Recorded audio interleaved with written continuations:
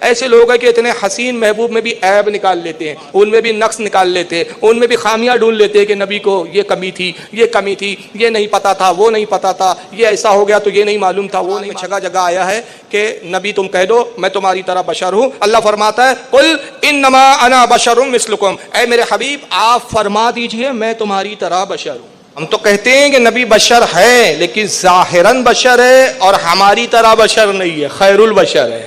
آقا نے سارے صحابہ کو خطاب کرتے کہا ایکم مثلی، تم میں مجھ جیسا کون ہے؟ کیا اپنی طرح سمجھتے ہو؟ انی ابی تو یطعمنی ربی و یسکین، میری شان تو یہ ہے کہ میں اپنے رب کی خدمت بارگاہ میں رات گزارتا ہوں، وہی مجھے کھلاتا ہے، وہی مجھے پلاتا ہے۔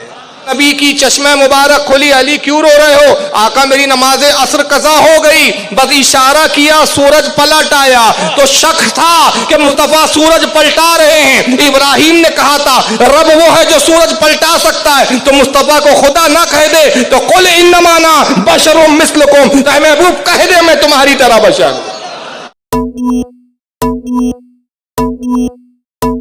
قرآن کی ایک آیت لائی جاتی ہے، کہتے ہیں کہ تم نبی کو نور مانتے ہو۔ ارے قرآن میں دیکھیے صاحب، حدیث کی کیا بات کرتے ہیں آپ؟ قرآن سے بڑی کوئی چیز نہیں ہے۔ ہم نے کہا بتائیے قرآن میں کیا ہے، تو کہتے دیکھیے پارہ نمبر 16 ہے، سورہ کہف ہے، آیت نمبر 110 ہے۔ اسکرین نہیں لگایا ورنہ میں کچھ بولتے ہوئے مولوی کو دکھاتا۔ مولوی توصیف الرحمان ایک بہت بڑے سعودیہ کے علامہ ہیں، میں نے ان کا رد بھی کافی کیا ہے، انہوں نے بڑی زور لگایا اس آیت کو پڑھنے کے بعد، کہتے ہیں کہ دیکھیے قرآن میں جگہ جگہ آیا ہے کہ نبی تم کہہ دو میں تمہاری طرح بشر ہوں۔ اللہ فرماتا ہے قل انما انا بشر مثلکم، اے میرے حبیب آپ فرما دیجئے میں تمہاری طرح بشر ہوں۔ کہتے جب قرآن کہہ رہا ہے کہ نبی تم کہہ دو میں تمہاری طرح انسان ہوں، تو آپ کیا نور نور کی رٹ لگا کے رکھے ہوئے ہیں؟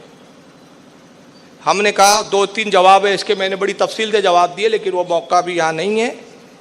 ہم نے کہا پہلی بات، ہم نبی کے بشر ہونے کا انکار نہیں کرتے، ہم تو کہتے ہیں کہ نبی بشر ہے لیکن ظاہراً بشر ہے اور ہماری طرح بشر نہیں ہے، خیر البشر ہے، سب سے بہترین بشر ہے، ایسے بشر کہ کسی بشر سے ان کی مشابہت اور مثال دی ہی نہیں جا سکتی، پہلی بات۔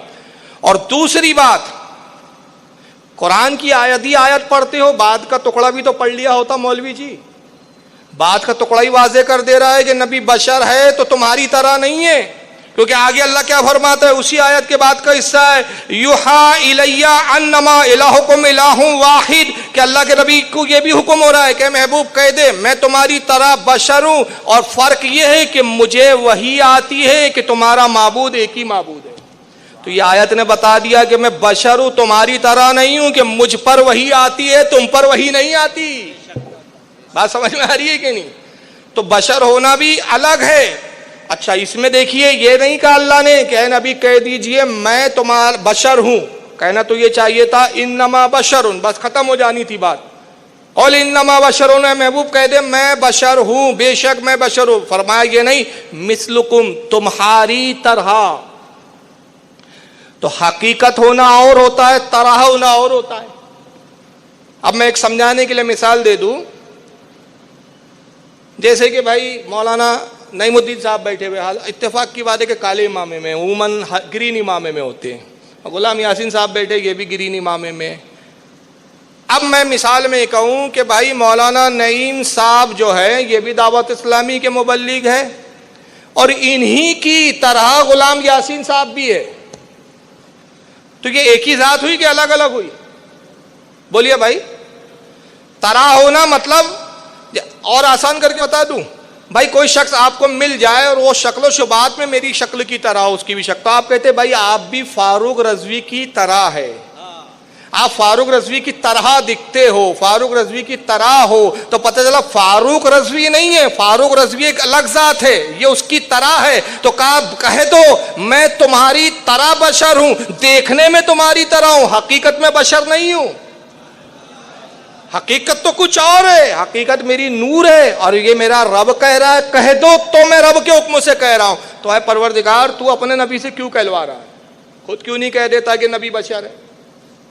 تو اس کا ایک جواب تو یہ ہے کہ اللہ فرما دے گا تو سند ہو جائیں گی، نبی کہیں گے تو عاجزی ہوگی۔ تو کہا نبی تم عاجزی کرو میں نہیں کہتا، میں کہوں گا تو سند ہو جائیں گی. اور میں ایک نقطہ بتاتا ہوں کہ یہ بشر کہنے کی ضرورت کیوں پڑی. جب قرآن میں خود اللہ فرما رہا ہے کہ قد جاءکم من اللہ نور، تحقیق تمہاری جانب اللہ کی طرف سے ایک نور آیا. پھر کئی فرمایا انا ارسلناک شاہدا ومبشرا ونذیرا، اے محبوب فرما دیجئے کہ بے شک اللہ نے نہیں بھیجا، انا ارسلناک ہم نے نہیں بھیجا مگر کیسا، شاہدا چشمدید گواہ بنا کر، حاضر و ناظر بنا کر، اور خوشخبری دیتا اور ڈر سناتا ہوا بھیجا. وداعیا الی اللہ وسراجا منیرا، اور ہم نے آپ کو چمکدار سورج کی طرح بھیجا، ہدایت کی طرف بلاتا ہوا اور چمکدار. سورج سے مثال دی تو یہاں بھی نور کہا، تو کئی جگہ نور سے بھی خطاب کیا، تو یہاں بشر کہلوانے کی ضرورت کیا تھی؟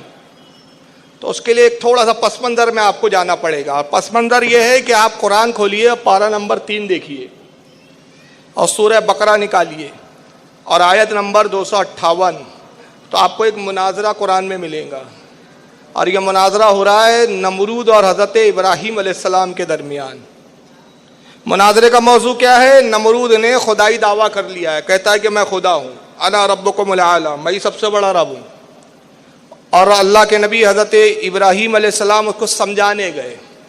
اب جب مناظرہ شروع ہوا تو قرآن اس پورے مناظرے کی رودات بیان کر رہا ہے کہ ہمارے ابراہیم نے مناظرہ کیسا کیا. رب فرماتا ہے الم تری الی الذی حاج ابراہیم فی ربہ ان اتاہ اللہ الملک، اے حبیب ذرا یاد تو کیجئے، اے محبوب کیا تم نے نہیں دیکھا؟ تو پتہ چلا کہ یہاں رسول اس مناظرے کو دیکھ رہے تھے. بات ہو رہی ہے ابراہیم علیہ السلام کے زمانے کی، لیکن نبی موجود ہے. الم تری، اے حبیب کیا آپ نے نہیں دیکھا؟ تو کیا نہیں دیکھا؟ الی الذی حاج ابراہیم فی ربہ ان اتاہ اللہ الملک، کہ جو ابراہیم سے جھگڑا کر رہا تھا، ابراہیم سے لڑ رہا تھا اس کے رب کے بارے میں، جبکہ اللہ نے اس کو حکومت ملک عطا فرمایا. اور جب ابراہیم سے اس نے حجت کی، اذ قال ابراہیم رب الذی یحیی و یمیت، تو ابراہیم نے اس کو حجت تمام کرتے ہوئے کہا کہ اے مردود سن، اے نمرود سن، تو کہتا ہے تو خدا ہے؟ نہیں، میرا خدا وہ ہے جو زندگی بھی دیتا ہے اور موت بھی دیتا ہے. زندگی اور موت کا وہی مالک ہے، میرا وہ خدا ہے. تفسیروں میں آتا ہے کہ اس نے 2 قیدی بلائے، کہا تیرا کیا معاملہ ہے؟ کہا کل مجھے آزادی ملنے والی ہے. اور تیرا کیا معاملہ ہے؟ کہا کل مجھے سزائے موت ہونے والی ہے. کہا جا تجھے آزاد کیا، اور جس کو چھوڑنے والے تھے، چھٹی ہونے والی تھی جس کی، کہا اس کو موت کی سزا دے دو. کہا دیکھا، کل جس کی آزادی تھی اس کو موت دے دی، اور کل جس کو موت ملنے والی تھی اس کو زندگی دے دی. میں ہوں نا، قال انا احیی و امیت، کہا میں ہی جلاتا بھی اور میں ہی مارتا بھی ہوں. حالانکہ یہ مسخرہ پن تھا، یہ نہ جلانا تھا نہ مارنا تھا، لیکن تب بھی اس نے دعویٰ کیا کہ دیکھو میں بھی جلاتا ہوں میں بھی مارتا ہوں. حضرت ابراہیم چاہتے بے شک اس کی بچکانہ اس بکواس کا جواب دے سکتے تھے، مگر جواب نہیں دیا. آگے بڑھ کر کہا قال ابراہیم فإن اللہ یأتی بالشمس من المشرق فآتی بها من المغرب، کہا کہ میرا رب وہ ہے جو مشرق سے سورج کو نکالتا ہے اور مغرب میں ڈباتا ہے. تو رب ہے تو مشرق سے نکال سورج کو. میرے رب کو تو یہ طاقت ہے کہ مشرق سے سورج نکالے مغرب میں غروب کر دے. اب اگر تو رب ہے تو مغرب کے ڈوبے ہوئے سورج کو نکال کے بتا. فَبُحِتَ الَّذِي كَفَرَ، قرآن کہتا ہے کہ کافر شرمندہ ہو گیا. اس کے پاس یہ پاور نہیں تھا کہ جو سورج مغرب میں ڈوب گیا اس کو دوبارہ باہر نہیں نکال سکتا تھا. لیکن حضرت ابراہیم کے زمانے سے لے کر رسول اللہ تک یہ واقعات یہودیوں کی بھی زبانوں پر تھے، عیسائیوں کی بھی زبانوں پر تھے. یہ تذکرے توریت میں بھی موجود تھے، انجیل میں بھی موجود تھے کہ ابراہیم نے حجت تمام کرتے ہوئے کہا تھا رب وہ ہے جو ڈوبے ہوئے سورج کو بھی نکال سکے. یہ ذہنوں میں بات بیٹھی تھی کہ رب وہ ہے جو ڈوبے ہوئے سورج کو نکال سکے. اب خیبر سے جب مصطفیٰ صلی اللہ علیہ وسلم واپس آ رہے، مقام صحبہ آیا، علی سے کہا علی میں آرام کرنا چاہتا ہوں. مولا کائنات بیٹھ گئے، زانو پہ سرکار نے سر رکھ دیا. واقعات معلوم ہے آپ کو.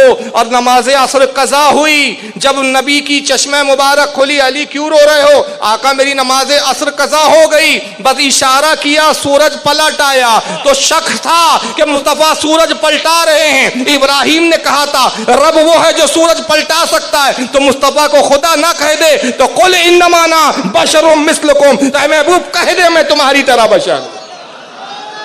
خدا مت سمجھ لینا مجھے.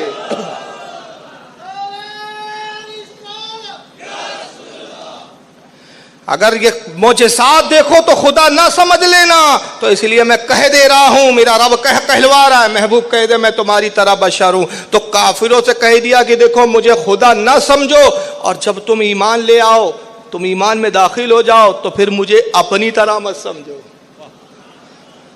اور پھر وہ موقع آیا کہ حضور نے جب صوم وصال رکھا، لگاتار روزے رکھے، صحابہ نے کہا اللہ کے نبی ہم بھی روزے رکھیں گے۔ آقا نے فرمایا تمہیں اس کی اجازت نہیں، کہا حضور اجازت دے دیں، آپ لگاتار روزے رکھتے ہیں ہم بھی روزے رکھیں۔ اور حضور 2 مہینے لگاتار روزے رکھتے تھے، اور عالم یہ تھا کہ نہ جسم میں کوئی کمزوری کا عالم ہے، نہ کوئی جو ہے کمزوری، نہ قحط کا عالم، نہ ناتوانی کا عالم، حضور کے سارے معاملات چل رہے، نماز بھی پڑھا رہے ہیں، صحابہ سے گفتگو بھی ہو رہی ہے، جنگ کے موقع آ رہے ہیں تو جنگ میں بھی شرکت فرما رہے ہیں، اور صوم وصال رکھے تو بعض صحابہ نے صوم وصال رکھ لیے، اور نتیجہ کیا ہوا؟ کچھ تو گھر میں بے ہوش ہو کے گر پڑے 2-4 دن کے بعد۔ صوم وصال کا روزہ معلوم ہے نا آپ کو، نہ کچھ کھانا ہے نہ پینا ہے، بس لگاتار روزے رکھنے ہیں۔ کچھ مسجد میں آ کے بے ہوش پڑے ہوئے، آقا فرمایا کیا معاملہ ہے؟ اللہ کے نبی صوم وصال رکھا ان لوگوں نے، سب کو بلاؤ مسجد میں۔ اور جب سارے صحابہ جمع ہو گئے، صحیح بخاری کی حدیث ہے، بہت ساری کتابوں میں میری حوالے بھی دے دوں گا، آقا نے سارے صحابہ کو خطاب کرتے کہا ایکم مثلی، تم میں مجھ جیسا کون ہے؟ کیا اپنی طرح سمجھتے ہو؟ انی ابھی تو یطعمنی ربی و یسکین، میری شان تو یہ ہے کہ میں اپنے رب کی خدمت بارگاہ میں رات گزارتا ہوں، وہی مجھے کھلاتا ہے، وہی مجھے پلاتا ہے، تم میں مجھ جیسا کون ہے؟ اور رب جو کھلاتا ہے وہ کون سی نعمتیں ہیں؟ ظاہر سی بات ہے وہ دنیا کی نعمتیں نہیں ہیں۔ تو پتہ چلا کہ حضور دنیا کی نعمتیں کھانے کے محتاج نہیں ہے، کھانے کا محتاج بشر ہوتا ہے۔ تو کافروں سے کہا کہ میں تمہاری طرح ہوں تاکہ قریب آ جاؤ، اور جب صحابی ہو گئے ایمان لا لیا تو کہا ایکم مثلی، مجھے اپنی طرح نہ سمجھنا، اپنی طرح اپنے جیسا نہ جاننا کہ کہیں اپنی طرح کہہ کے گمراہ اور بددین نہ ہو جاؤ، میری شان الگ ہے، میں رب کی بارگاہ میں رات گزارتا ہوں، اور رب کے قرب خاص میں رات گزارتا ہوں، وہ مجھے کھلاتا ہے، وہ مجھے پلاتا ہے۔ تمہارے دنیا کے کھانے کی مجھے حاجت نہیں، لیکن میں دنیا میں اس لیے نہیں کھاتا کہ میں ان کھانوں کا محتاج ہوں، کھا اس لیے لیتا ہوں کہ جو چیزیں میں کھاؤں تمہارے لیے حلال ہو جائے، اور جن چیزوں کو میں ناپسند کر دوں تمہارے لیے حرام ہو جائے، تو تم پر حلال ہو جائے اس لیے کھاتا ہوں۔ اور پھر ایک مقام وہ آیا کہ ابو بکر صدیق سے کہا، صحابہ میں بھی اس کا انتخاب کیا جو سب سے افضل تھا، عمر کا انتخاب نہیں کیا، عثمان غنی سے نہیں کہا، علی سے نہیں کہا، سب سے زیادہ حدیثوں کے راوی ابو ہریرہ ہے، ابو ہریرہ کو نہیں بلایا، حالانکہ اصحاب صفہ میں دن رات رسول اللہ کے روضے کے قریب، حضور کے جو ہے گھر کے حجر اقدس کے قریب بیٹھے ہوئے ہوتے ہیں، لیکن ابو ہریرہ سے نہیں کہا، بلکہ کس سے کہا؟ ابو بکر صدیق سے۔ قال رسول اللہ صلی اللہ علیہ وسلم یا ابا بکر والذی بعثنی بالحق لم یعلمنی حقیقتا غیر ربی، کہا ابو بکر سنو، اس رب کی قسم، اس عزت جلال والے رب کی قسم جس نے مجھے حق کے ساتھ مبعوث کیا، میری حقیقت کو میرے رب کے سوا کسی نے نہیں جانا۔ کس سے کہا؟ ابو بکر سے۔ اگر علی سے کہتے تو شبہ ہو جاتا کہ بھائی علی سے کہا تھا میری حقیقت کو کسی نے نہیں جانا، ممکن ہے عثمان غنی اور حضرت عمر اور ابو بکر جانتے ہوں گے، اگر حضرت عثمان سے کہتے تو شبہ رہتا، شاید حضرت عمر اور ابو بکر جانتے ہوں گے، عثمان سے کہا نہیں جانا کسی نے میری حقیقت کو، حضرت عمر سے کہتے تو شبہ ہوتا کہ ابو بکر جانتے ہوں گے، مگر سب سے عظیم صحابی کا انتخاب کر کے بتا دیا کہ جب میری حقیقت کو ابو بکر نہ جان سکا تو آج کا وہابڑا کیا جان لیں گا۔ اب یہ کہتا ہے ہماری طرح، یہ کہہ رہا ہے میری طرح۔ حضرت بایزید بستامی رحمت اللہ علیہ بہت بڑے اللہ کے ولی گزرے ہیں، انہوں نے عرض کی خالق کائنات 70 سال عبادت کی، بے لوث عبادت کا، پروردگار عالم تیرے نبی کی حقیقت کو دیکھنا چاہتا ہوں۔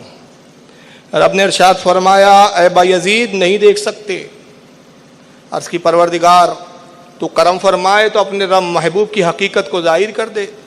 تو اللہ نے فرمایا بایزید سنو، میں نے اپنے حبیب کو جب دنیا میں بھیجا 70,000 غیبی پردے حائل کر کے بھیجا۔ میرے حبیب کو جس نے بھی دیکھا 70,000 پردوں کے پرے دیکھا۔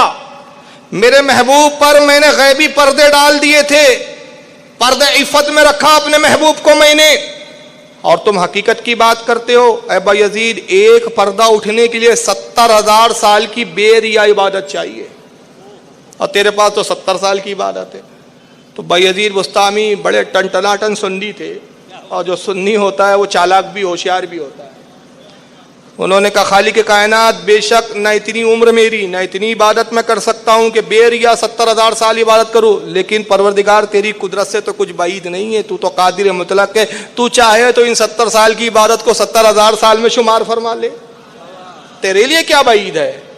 اور رب نے ارشاد فرمایا بایزید تو نے میری قدرت کو، میری رحمان اور رحیم ہونے کو خوب پہچانا، اچھا جاؤ ایک پردہ ہٹائیں گے، 70,000 پردوں میں سے ایک پردہ ہٹائیں گے تو جو کچھ حقیقت ظاہر ہوں گی اس کو دیکھنا، اور اس کے لیے 1 ماہ کے روزے رکھو۔ بایزید بسطامی نے روزے رکھے، اور جب یہ روزے رکھ چکے تو رب نے فرمایا کہ نیا لباس زیب تن کرو، آواز آئی نیا لباس پہنو، عطر سے اپنے آپ کو معطر کرو، اور فلاں وادی کی پہاڑی پر پہنچ جاؤ۔ بایزید پہنچے، نبی کریم صلی اللہ تعالی وسلم لباس بشری میں تشریف لائے، ظاہر ہوئے۔ بایزید نے دست بوسی کی، قدموں کو بوسے دیے، ہاتھوں کو بوسہ دیا۔ سرکار نے کہا بایزید ہمارے پیر کی طرف دیکھو، 70,000 غیبی پردوں میں سے ایک پردہ ہٹیں گا، اور جب ایک ہٹیں گا تو تم کچھ حقیقت کو دیکھ پاؤں گے۔ کہا بس دیکھو، ایک بجلی کوندی، بایزید گر کر بے ہوش ہو گئے۔ بہت دیر کے بعد جب ہوش میں آئے تو ارشاد فرمایا بایزید کیا دیکھا؟ عرض کیا اللہ کے نبی صلی اللہ علیہ وسلم بس ایک بجلی تھی، کچھ نہ دیکھ سکا۔ آقا نے کہا جانتے ہو کیا ہوا؟ اے بایزید 70,000 غیبی پردوں میں سے ایک پردے سے صرف میرے قدم کے ناخن کو ظاہر کیا گیا، تو اس کو بھی برداشت نہ کر سکا۔ چہرے کی تابناکی تو اس سے بڑھ کر ہے، تو ایک جھلک دیکھنے کی تاب نہیں عالم کو، وہ اگر جلوہ کرے کون تماشائی ہو۔ ایک جھلک دیکھنے کی تو تاب نہیں ہے۔ تو یہ نبی کریم صلی اللہ علیہ وسلم کی نورانیت کا عالم ہے کہ نور کی حالت میں حقیقت محمدیہ کو تو کوئی دیکھ ہی نہیں سکتا۔ اور کیوں نہیں دیکھ سکتا؟ ارے وہ تو ابو بکر سے کہہ دیا کہ میری حقیقت کو میرے رب کے سوا کسی نے نہیں جانا، صرف میرا رب ہے جو میری حقیقت سے واقف ہے۔ کائنات میں کوئی ایسی ذات پیدا ہی نہیں ہوئی ہے جس نے میری حقیقت کا دیدار کیا۔ لیکن جو بشری اعتبار سے بھی حضور تشریف لائے، بشر بن کر جو دنیا میں آئے، وہ بھی بڑی شان اور نرالی شان ہے آقا کی کہ جب بشر بھی بنے تو کس شان کے بنے۔ چنانچہ حدیث میں عبد الرحمن الصفوری الشافعی رحمۃ اللہ علیہ، یہ ایک بہت بڑے محدث اور سیرت نگار گزرے ہیں، ان کی مشہور زمانہ کتاب سیرت کی جس کا نام ہے نزہۃ المجالس، جلد نمبر 2 صفحہ 338، اور اسی روایت کو جو میں بھی آپ کے سامنے بیان کروں گا، علامہ اسماعیل حقی رحمۃ اللہ علیہ نے اپنی قرآن کی تفسیر روح البیان جلد 1 صفحہ 466 پر حضرت امام نصفی رحمۃ اللہ علیہ کے حوالے سے لکھا۔ امام نصفی صاحب تفسیر مدارک بہت بڑے مفسر قرآن گزرے، ان کی سند سے لکھتے کہتے ہیں وقال النصفی خلق اللہ راس محمد صلی اللہ علیہ وسلم من البرکتی، کہ جب اللہ رب العزت نے اپنے نبی کو بشری لبادے میں، بشری لباس میں دنیا میں مبعوث کرنا چاہا تو مصطفیٰ کے سر اقدس کو برکت سے پیدا کیا، حضور کے سر اقدس کو برکت سے بنایا۔ وَعَيْنِهِ مِنَ الْحَيَاءِ، اور آقا کی آنکھوں کو حیا سے پیدا کیا۔ وَأُذْنِهِ مِنَ الْغَيْرَةِ، سرکار کے کانوں کو غیرت سے پیدا کیا۔ وَلِسَانَهُ مِنَ الذِّكْرِ، آقا کی زبان اقدس کو اپنے ذکر سے پیدا کیا۔ وَشَفَاتَهُ مِن تسبیح، اور اپنے نبی کے لب مبارک کو تسبیح سے پیدا کیا۔ وَوَجْهُ مِنَ الرَّضَاءِ، سرکار کے چہرے اقدس کو اپنی رضا سے پیدا کیا۔ وَصَدْرَهُ من الاخلاصی، اللہ کے نبی کو پروردگار نے اللہ کے نبی کے سینوں کو اخلاص سے پیدا کیا۔ وقلبہ من الرحمتی، آقا کے قلب مبارک دل کو رحمت سے پیدا کیا۔ وقطیفہ من الکرمی، آقا کے کندھے مبارک کو خوشبو جو ہے کرم سے پیدا کیا۔ وشعرہ من النبات الجنہ، نبی کے بال اقدس کو، حضور کی زلفوں کو جنت کی انگوریوں سے پیدا فرمایا۔ ورقاہ من صالحہ، نبی پاک کے لعاب دہن کو، تھوک مبارک کو جنت کے شہد سے پیدا کیا۔ وَلَحْمَهُ مِن مِسْكِهَا، نبی پاک صلی اللہ تعالی وسلم کے گوشت مبارک کو